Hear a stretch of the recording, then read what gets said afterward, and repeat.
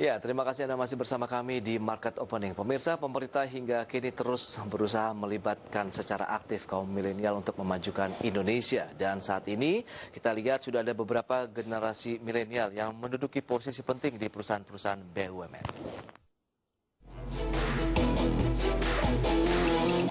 Sejak awal tahun, Menteri Badan Usaha Milik Negara Erick Thohir mengungkapkan keinginannya agar ada generasi milenial Indonesia yang menjadi pimpinan di perusahaan BUMN. Erick pun terus mendorong kaum milenial untuk terus aktif dan produktif, serta mengambil setiap kesempatan yang ada untuk bisa memajukan Indonesia. Dan janji tersebut perlahan mulai dipenuhi. PT Pertamina Hulu Energi, subholding Hulu Pertamina, mengangkat milenial bernama Fadli Rahman, berusia 33 tahun untuk mengisi jabatan komisaris. Fadli lahir tanggal 5 Juli 1986, lulusan Ekonomi Mineral dan Energi Colorado School of Mines, CSM pada tahun 2016 untuk gelar doktor dan tahun 2013 untuk gelar magister. Sebelumnya, Fadli meraih gelar Bachelor of Science dari Institut Teknologi Bandung pada tahun 2007. Selain itu, ada Adrian Zakari yang menjadi komisaris di PT Perkebunan Nusantara 8, perusahaan milik pemerintah yang bergerak di bidang agroindustri.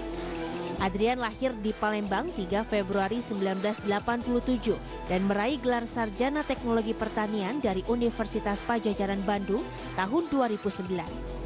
Kemudian gelar Magister Ekonomi dari Universitas Indonesia di tahun 2016. Kali ini, generasi milenial berikutnya yang mengisi jabatan komisaris di BUMN adalah dari sektor perbankan. Ya, M. Arif Roshid Hasan diangkat menjadi independen di anak usaha BUMN yaitu Bank Mandiri Syariah.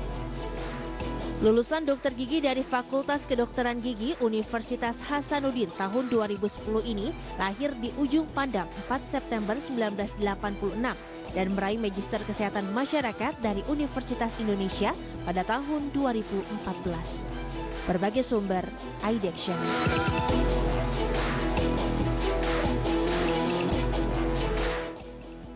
Baik, pemirsa, untuk membahasnya lebih jauh sudah tersambung melalui line telepon bersama dengan Bapak Ahmad Mikael, adalah ekonom dari Samuel Sekuritas Indonesia. Halo, selamat pagi Pak Ahmad. Halo, selamat pagi. Apa kabar Anda hari ini? Baik, Pak. Baik, Baik. Semangat sekali seperti millennials ini yang sudah mulai menduduki jabatan-jabatan penting di perusahaan-perusahaan BUMN. Bagaimana pendapat Anda? Pendapat saya sih bagus ya untuk regenerasi ya. Ya. Apalagi kita tahu kan flashback dari sejarah tokoh-tokoh pemuda yang memerdekakan Indonesia kan juga adalah generasi yang di bawah umur 40 tahun ya. Oke. Jadi bagus sebenarnya untuk Indonesia. Baik, kolaborasi seperti apa sih sebenarnya yang diharapkan oleh pemerintah dan juga nanti outputnya tentunya bagi masyarakat Indonesia, karena ini adalah perusahaan BUMN, selain profit tapi juga tetap harus mengabdikan dirinya kepada masyarakat Indonesia kan? Ya betul, intinya pemerintah mengundang banyak generasi milenial untuk membangun perekonomian lewat BUMN, tentunya untuk pertama regenerasi, yang kedua untuk refreshing ya. Ya. Dengan generasi milenial diharapkan ada ide-ide segar baru yang mungkin tidak dipikirkan oleh generasi sebelumnya. Tapi kolaborasi dengan generasi yang lebih tua pasti dibutuhkan untuk sharing pengalaman. Pasti pengalaman kan juga berharga ya. Oke. Dari sisi usia, gap yang terlalu tinggi nantinya begitu pada saat mereka bekerja sama, akankah menjadi halangan atau coaching yang perlu diberikan kepada generasi millennials ini saat menduduki jabatan penting di BUMN? Kalau saya sih lihat bukan masalah ya. Masalah tinggal bagaimana kolaborasi aja antara generasi yang lebih tua dengan generasi milenial. Karena kan di dalam teori human development itu kan ada yang namanya experience. Experience itu kan tidak bisa dibeli dengan pendidikan, dengan apa namanya kecerdasan ya, tapi dengan apa namanya terus-menerus melakukan pekerjaan yang sama dengan waktu yang agak cukup lama. Nah, ini adalah pentingnya generasi yang lebih tua dari generasi milenial atau generasi Y, atau generasi X ya. Nah, ini perlu kolaborasi. Nah, kolaborasinya itu seperti apa? Kalau misalnya Anda melihat dari sisi pengalaman yang sudah dimiliki para seniors, tentunya kepada para juniors kan yang oke lah baru, tapi dari sisi pendidikan seperti yang sudah kita sampaikan juga kepada pemirsa ini tidak bisa diragukan. Mereka sudah menempuh ada yang doktoral, begitu magister. Anda melihat ini suatu keseimbangan yang nantinya akan terbentukkah ke depan? Saya percaya iya ya.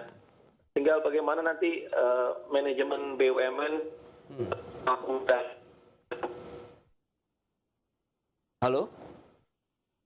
Pak Ahmad? Halo? Ya, mohon maaf, terputus tadi. Bisa diulang kembali, Pak Ahmad? Ya, jadi kalau saya lihat tinggal bagaimana cara mengkolaborasikan antara generasi muda dengan generasi yang lebih tua. Kalau misalkan kita lihat banyak sekali mekanisme yang bisa dilakukan ya. Oke. Seperti menciptakan blueprint untuk BUMN. Kalau kita lihat posisi-posisi penting yang diduduki oleh mereka ini adalah level-level komisaris begitu. Apakah lebih kepada saat operasional masuk ke dalam jajaran direksi juga menjadi suatu hal yang mungkin nanti akan mereka jajaki? Mungkin aja. Tapi kalau untuk sekarang kan level komisaris artinya pengawas ya. Ya. Pengawas dari kinerja eksekutif di perusahaan. Jadi bagus sebenarnya, cukup bagus dengan adanya ide-ide baru dengan komisaris yang lebih fresh. Oke. Maka komisaris tersebut bisa mengawasi fungsi dari kinerja direksi yang mungkin generasinya lebih tua, bisa memberikan masukan kepada direksi-direksi BUMN terkait dengan metode-metode baru mungkin atau ilmu pengetahuan baru yang mungkin bermanfaat buat BUMN. Nah itu dia, pada saat aplikasi, implementasinya begitu, menurut Anda ini akankah menjadi benturan pada saat ide-ide segar yang muncul dari benak mereka begitu harus berbenturan dengan kondisi atau environment yang sudah ada ataupun sudah terbentuk sebelumnya di jajaran komisaris kah ataupun di dalam struktur perusahaan BUMN tadi? Ya, kalau saya rasa benturan pasti ada ya. Yang namanya manajemen perusahaan kan pasti ada karena kan constraint itu pasti berubah-berubah. Tapi bagaimana nanti pemegang saham dalam hal ini Kementerian BUMN menengahi masalah kalau misalkan terjadi benturan-benturan tadi ya. Intinya adalah bagaimana memaksimumkan shareholder value atau kalau dalam konteks BUMN memaksimumkan kesejahteraan rakyat melalui BUMN. Nah ini adalah nanti fungsi dari Kementerian SDM untuk menengahi kalau misalkan ada permasalahan-permasalahan benturan-benturan tersebut. Tapi so far saya sangat optimis ya. Dengan adanya generasi milenial, maka ide-ide baru, strategi-strategi baru, ilmu-ilmu baru mungkin bisa diterapkan atau mungkin bisa jadi bahan pengawasan baru bagi BUMN. Nah, di satu sisi Kementerian BUMN juga sedang gencar-gencarnya untuk mengenjot kinerja dari perusahaan-perusahaan BUMN. Bagaimana mereka bisa segera klop begitu dalam bersinergi? Menurut Anda, Pak Ahmad, apakah butuh waktu lagi? Mengingat memang ada saran sebaiknya memberikan coaching dulu nih terhadap generasi milenial. Tapi akankah waktunya juga masih tersedia?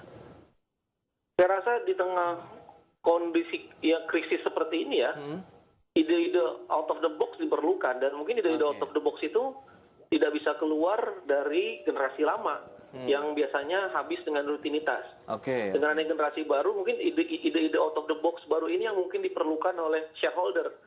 Dalam hal ini Kementerian BUMN ya. Nanti tinggal bagaimana Kementerian BUMN melihat ide-ide baru ini, bagaimana apakah bisa visible diimplementasikan strategi-strateginya atau enggak. Nanti tinggal bagaimana pemegang saham untuk menilainya ya. Tantangan ke depan, bagaimana dengan perusahaan BUMN di tanah air? Kalau tantangan saya rasa masih sangat-sangat berat ya. Kita lihat pertumbuhan ekonomi yang diperkirakan kontraksi, bahkan bisa diperkirakan minus sampai 3%. Nah, BUMN sebagai instrumen negara untuk mendorong pertumbuhan ekonomi saya rasa harus lebih aktif lagi. Nah, tadi solusi-solusi out of the box tadi yang diperlukan. Betul, itu dia. Semoga generasi milenial ini juga bisa memberikan ide-ide segar ya untuk kemajuan BUMN dan tentunya ekonomi Indonesia, Pak Ahmad Mikael. Betul. Baik. Pak Ahmad Mikael, terima kasih banyak atas waktu dan juga analisis yang menarik begitu terkait dengan milenials yang sudah banyak masuk di perusahaan BUMN. Terima kasih banyak dan selamat melanjutkan aktivitas Anda kembali. Baik pemirsa, kami masih memiliki beberapa informasi dan pembahasan lainnya usai jeda yang satu ini.